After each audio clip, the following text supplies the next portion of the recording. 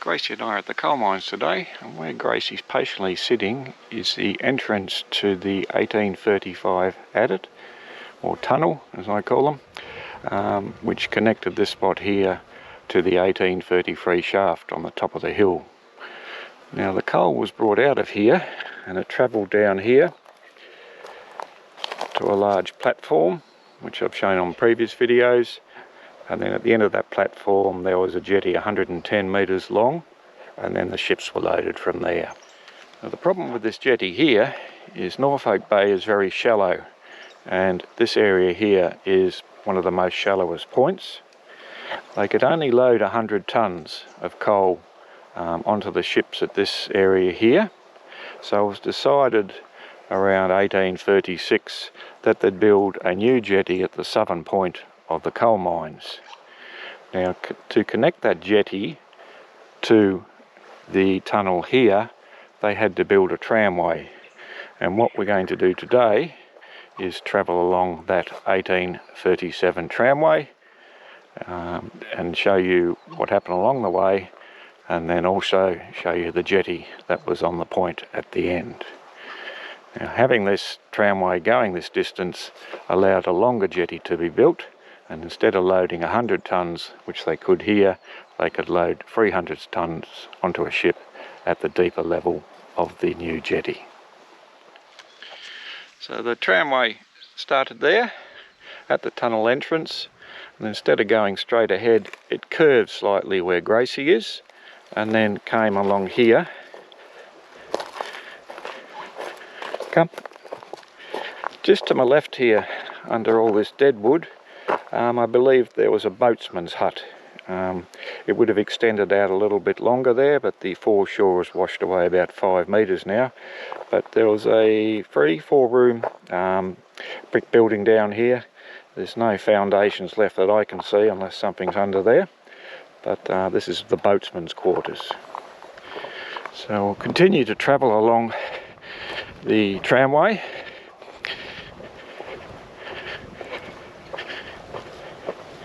And what we're coming up to this area here is where the aqueduct was. Now that was connected also to the 1833 shaft, and being the aqueduct, the point of it was to drain the water from the shaft. You see those two sticks there, this is the area I believe it actually came out at. And then the water went into a reservoir down in here, and then was somehow piped out past the end of the platform into the ocean. Now, as I said on the Free Tunnels videos, this tramway was in operation when this aqueduct was still working, so there must be here somewhere under here, maybe the remains of an old bridge or sandstone or something, sandstone piping, to allow the tramway to go over the top of this area and allow the water still to be drained from the coal tunnels that were being worked. So we'll continue on past the reservoir on the left, and then coming to this spot here, again it's in the Free Tunnels video, but that area there I believe is where the original 1834 adit was. That's where they started tunnelling up towards the military barracks, and then they decided to build a shaft on the top of the hill to connect to this, and then later on this was used as an air shaft, while the adit or tunnel down that end we started at was used to retrieve the coal and along this tramway to the jetty. So let's travel here. These are the steps that you come down to get to this area, so hopefully it'll make a little bit more sense, add a bit more information to what I've shown you before that goes on down here. There is some signage down here, but it's rather limited, and this area is very complex in the fact that different things happened over different periods of time. Now, we've got some dead wood to crawl under here. I don't suggest you travel on this path at all. It is in some areas quite dangerous. Probably leave it best for silly old men to crawl along here with a very smart dog and just watch the video and get an idea of what happened down here. Now we come to this area here and there's a sandstone block, and then we'll come to this area here, a little bit more sandstone, and there's a hole in the ground here. Now this here was a mine shaft. Some of the sand that you can see is being washed down from the top of the hill. They have a problem with slippage, I think it's called. The sand is travelling along the top of the clay. The clay has water on it, and it's causing those depressions near the Cookhouse Bakehouse, which the coal mines, or Port Arthur Management Authority, who look after the coal mines, are going to be building some type of drainage system to help remove the problem. Anyway, we have a large shaft here, and then we come across into here, and we're still on the tramway here, and there's a smaller shaft in here.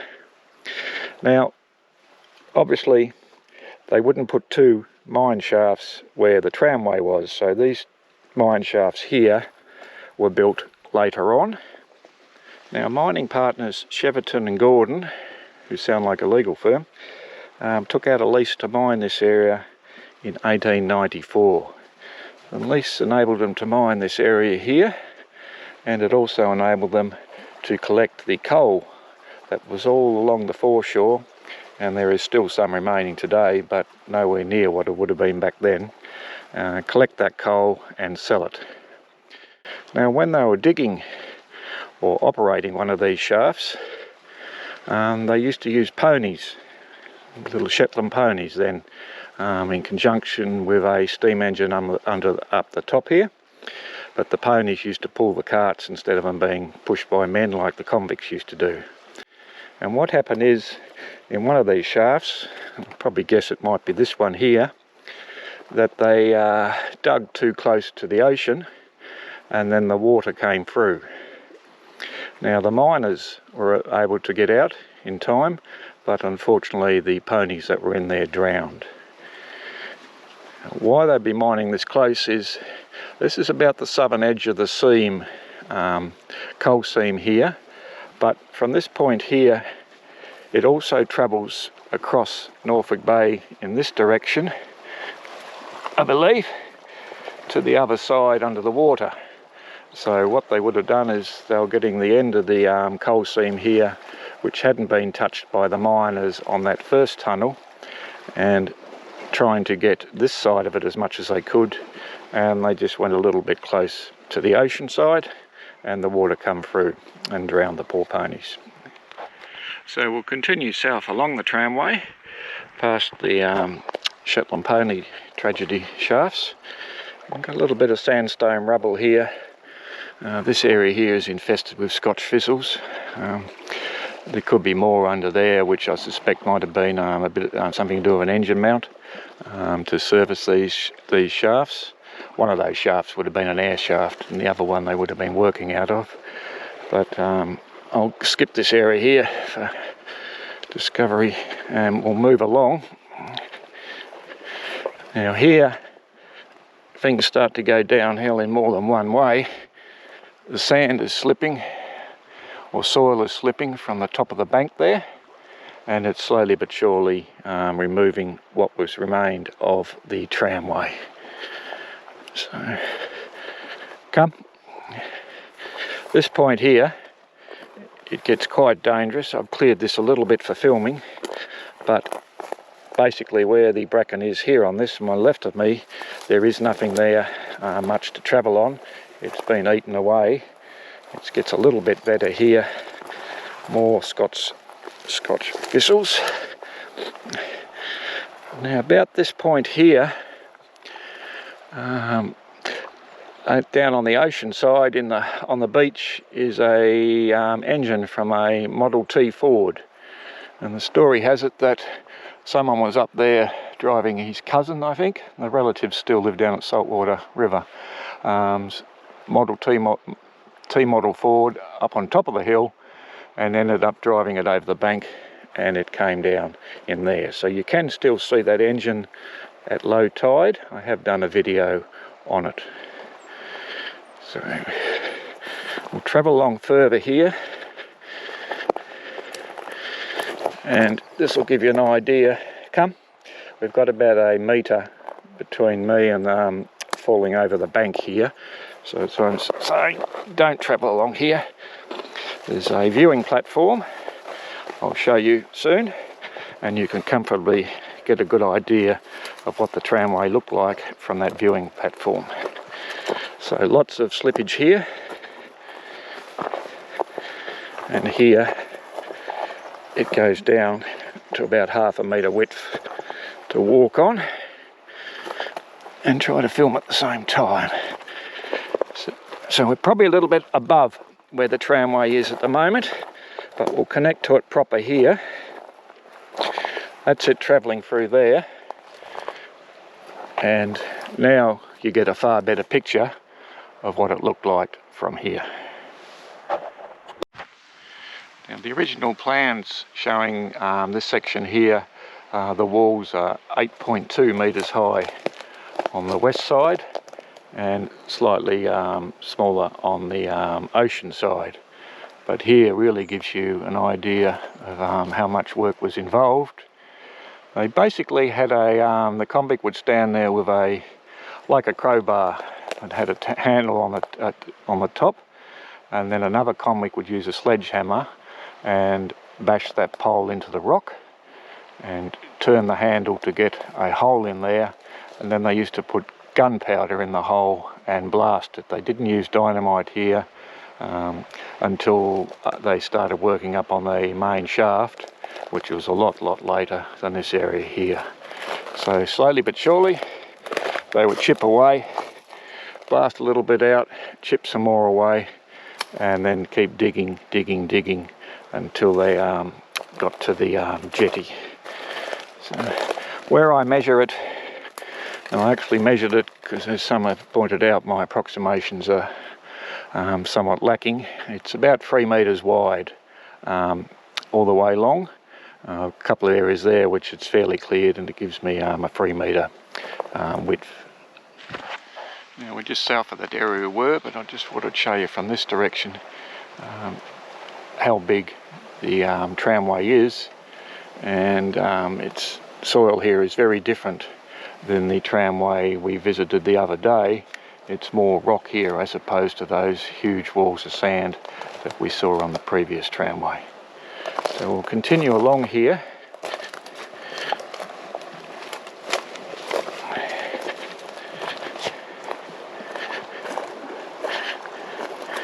And here again, the bank's been washed away.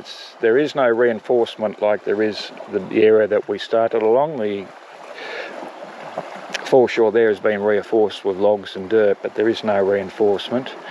Now this is not a storm, this is just simply high tide now because the foreshore's been washed away. So if you want a good example of sea level rising due to ocean warming, then this is a very good place to start. So that's the way we were just coming along, and here again, this area, you can see how much rock had to be removed to build this. It's a straight line apart from where we started and about 5 odd metres at the end, so completely straight, and I suspect completely flat back in those days. And the coal would have been pushed by the convicts, 90 kilo carts, maybe 2 free convicts at the front and 1 at the back, and it was a dual tramway, so they could take the full ones up, bring the empty ones back at the same time. So just a bit of an idea here of the distance between the 2 sides. We've got more erosion going on here.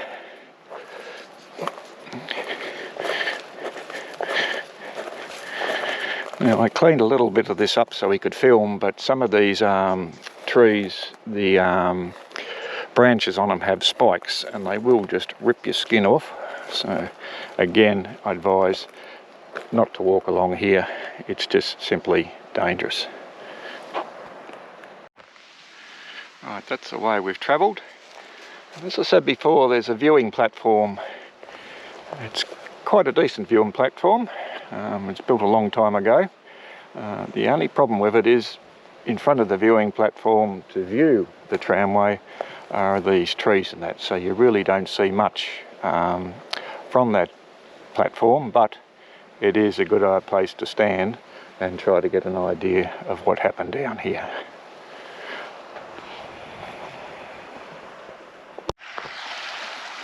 Okay, looking back the way we came, where that log crosses the path is approximately where the viewing platform, and the tramway comes straight out to here, and you can see the bank here has been washed away.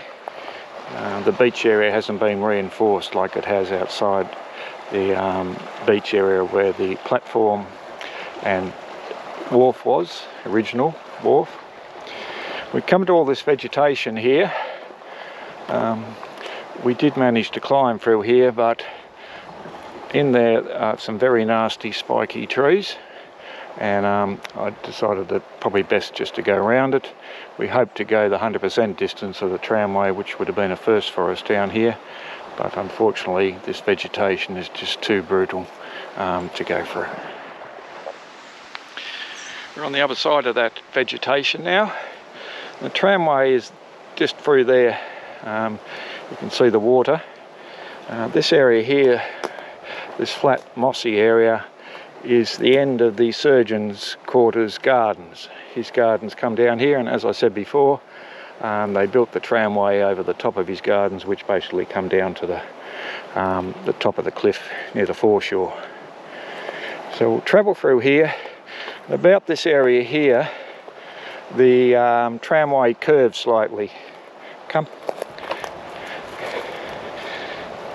And then travel down in this direction, and I'll show you how to get to this area later. I travelled right under that thick bush of vegetation.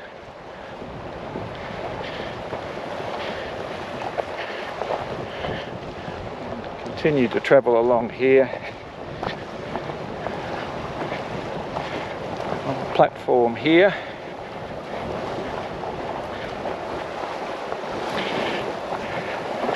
And from this point here, it travelled out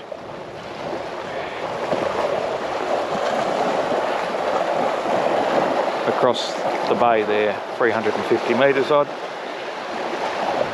If you stand here, you get a nice view of Norfolk Bay. It's a pity they couldn't have a nice bench or something here. Sit in, have a drink, take in the scenery. Looking back this way here,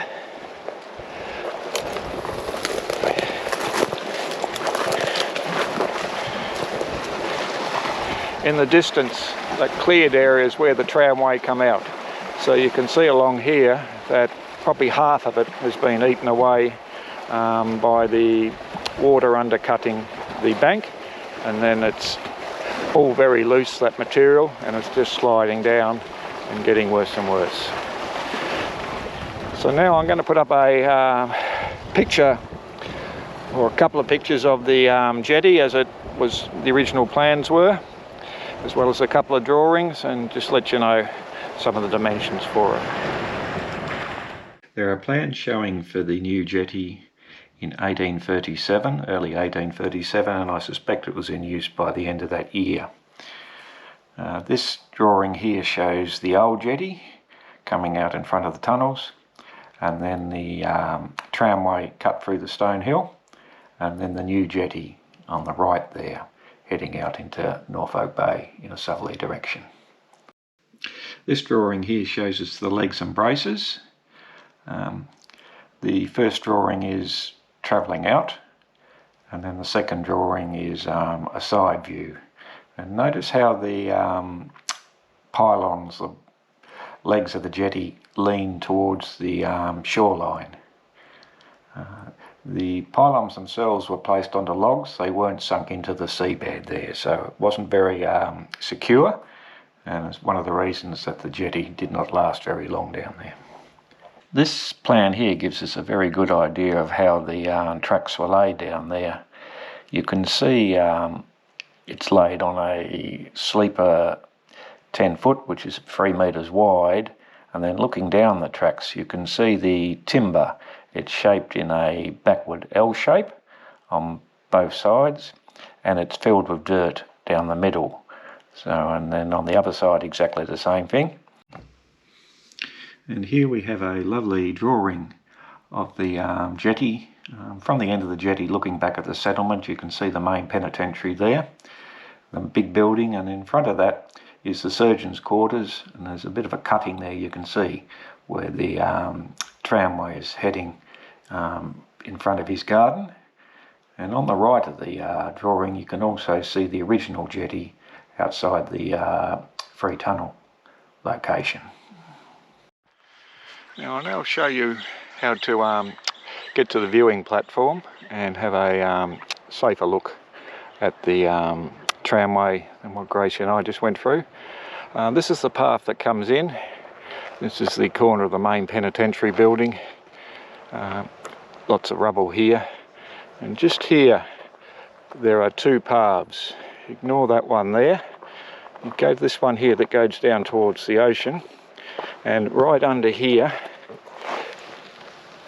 there's a sign that says Tramway.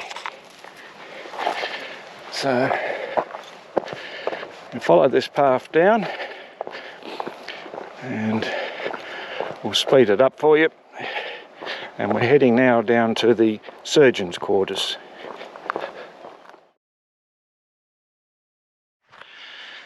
Now on your way down you'll pass the Coxswain's launch quarters and clerk's quarters, circular 1842, which is through there, which I haven't done a video on yet from memory. Anyway, we'll continue on down to the surgeon's quarters. Now at this point here you turn left to go to the viewing platform, and if you continue down this path, there is a path beside all that deadfall. That will take you down to where the actual location of where the jetty was, where I finished up previously. So travel along here to our viewing platform. There's your surgeon quarters, with the remains of, in the distance there. And this is the viewing platform here, and you get a bit of an idea here, or a better idea of the tramway, even though it would be a little bit better if all these trees were cleared in front of it. As I said before, the width of this is about 3 metres. The reason why they had a 3 metre width is the sleepers, the timber sleepers they had down here were 3 metres long, and the tracks themselves were 3 metres long. Now they used wooden tracks, not metal tracks, and the tracks, sleepers, were held together with these pieces of metal, and they were secured with nails, the nails being made down at Port Arthur, and I suggest these pieces of metal were also made down at the blacksmith shop at Port Arthur. They did have a blacksmith shop here, so they may have made some here as well. So hopefully our little trip to the jetty via the 1837 tramway gives you a few more pieces to add to the jigsaw puzzle that went on down here. As I said at the start, have a look at the Free Tunnels video, and that'll explain this area a little bit better, and then the tramway will make more sense to you then. So there you have it, the 1837 tramway and jetty.